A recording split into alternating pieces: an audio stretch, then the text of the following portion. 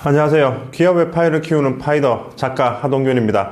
학생 때 시험을 본 기억이 있을 겁니다. 초등학교 때 했던 받아쓰기부터 대학에 가기 위한 수능까지 시험의 종류도 참 다양한데요. 과목별로 시험 범위가 정해지면 공부하고 숙지해서 객관식 혹은 주관식으로 시험을 봅니다. 정해진 시간에 시험을 봐야 되고 정답과 오답이 명확하게 나뉘어져 있죠. 그리고 변호사 시험처럼 오픈북 시험으로 진행되는 경우도 있습니다. 법률에 해당하는 법전을 보고 시험을 칠 수 있다는 건데요. 그런데 정부 지원 사업은 놀랍게도 오픈북 시험과 같은 겁니다. 바로 정답지가 공개되어 있다는 거죠. 이게 무슨 말이냐면 영상 끝까지 보시면 알게 됩니다. 정부사업 지원금은 한글을 읽고 볼 수 있으면 누구나 지원받을 수 있도록 구성되어 있죠. 학교 시험처럼 공부할 필요도 없고 변호사 시험처럼 어렵지도 않습니다. 그리고 더 중요한 사실은 정부 지원 사업은 정답지가 공개되어 있다는 사실이죠. 그 정답지는 바로 공문인데요. 공문은 각 부서에서 공식적으로 작성한 문서고, 공식적이라는 것은 해당 문서의 내용으로 사업을 진행하겠다는 것과 똑같은 말입니다. 따라서 공문을 홈페이지에서 다운받아서 전체적인 구성이 어떻게 되어 있는지 살펴봐야 되죠. 하지만 아무리 좋은 정답지도 사용하는 방법을 모르면 무용지물이죠. 공고문도 보는 순서가 있고 중점적으로 봐야 될 부분이 있다는 겁니다. 공고문을 볼 때 제일 먼저 볼 것은 신청 자격 및 요건인데, 아무리 좋은 사업이라도 자신이 지원할 수 없는 분야나 조건이면 그 공고문은 나에게 필요 없는 공고문이죠. 수학시험을 보는데 국어책으로 펼쳐놓고 시험을 보는 분들은 정답을 알 수 없기 때문입니다.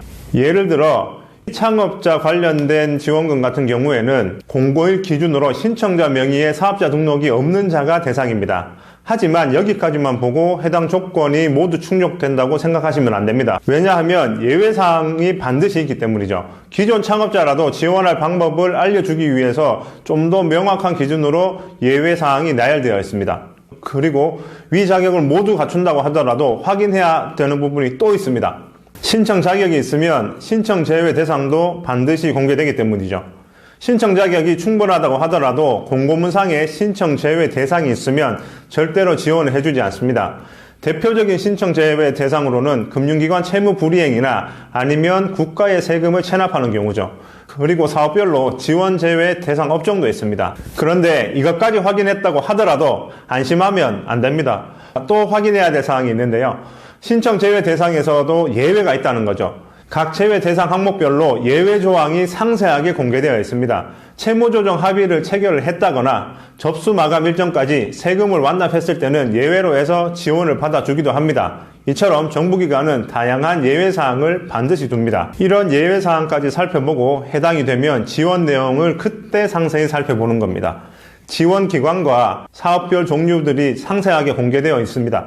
이렇게 자세히 공개하는 이유는 자신이 지원하고 싶은 분야를 선별해서 지원하라는 말입니다. 그냥 전단지 돌리듯이 막 지원하면 정부 지원 사업은 절대로 받을 수가 없습니다. 마지막으로 각 지원 사업에 해당하는 관리 지침을 잘 숙지해야 되는데요. 관리 지침은 기관별 지원 성격별로 지침이 천차만별입니다. 정책자금 융자의 경우에는 사용할 수 있는 용도가 대부분 정해져 있고, 그리고 인건비 지원이나 다른 지원 사업 같은 경우에는 특정 조건이 만족하지 못하면 지원금 전액이 환수되기도 하죠. 대부분 정부 지원 사업의 혜택을 받으면 각 기관의 관리 감독을 받게 됩니다. 1:1 멘토링을 하는 경우도 있고 1년 단위로 자금 사용 명세를 제출하기도 해야 되죠. 이때 명확하게 자금 사용 명세를 증명하지 않으면 즉시 지원 혜택은 중지가 됩니다. 한 가지 팁을 드리자면 정부 지원 사업을 받을 전용 계좌를 만들어서 관리하면 더욱 좋습니다. 자금 명세를 달라고 하면 그 전용 계좌의 명세서만 모두 제출하면 되기 때문이죠. 이처럼 기관별 공고문은 정답지이자 가이드입니다. 공고문만 3번 정독해도 해당 정부 지원 사업에 대한 모든 내용을 알 수 있죠. 한 번 받는 사람이 또다시 받는 이유는 공고문에 나와 있는 대로 진행을 했기 때문입니다. 그리고 관리도 한 거죠. 만약 공고문 내용이 이해가 되지 않으시면 담당자 전화번호까지 공개되어 있으니까 이건 출제자한테 직접 전화를 하는 꼴이 되는 겁니다. 결국 목마른 사람이 우물을 파야 되죠. 가만히 있으면 떠먹여주지 않습니다. 공고문을 보고 즉시 행동하세요. 그러면 누구나 정부 지원 사업 혜택 볼 수 있습니다. 오늘은 여기까지 하겠습니다. 감사합니다.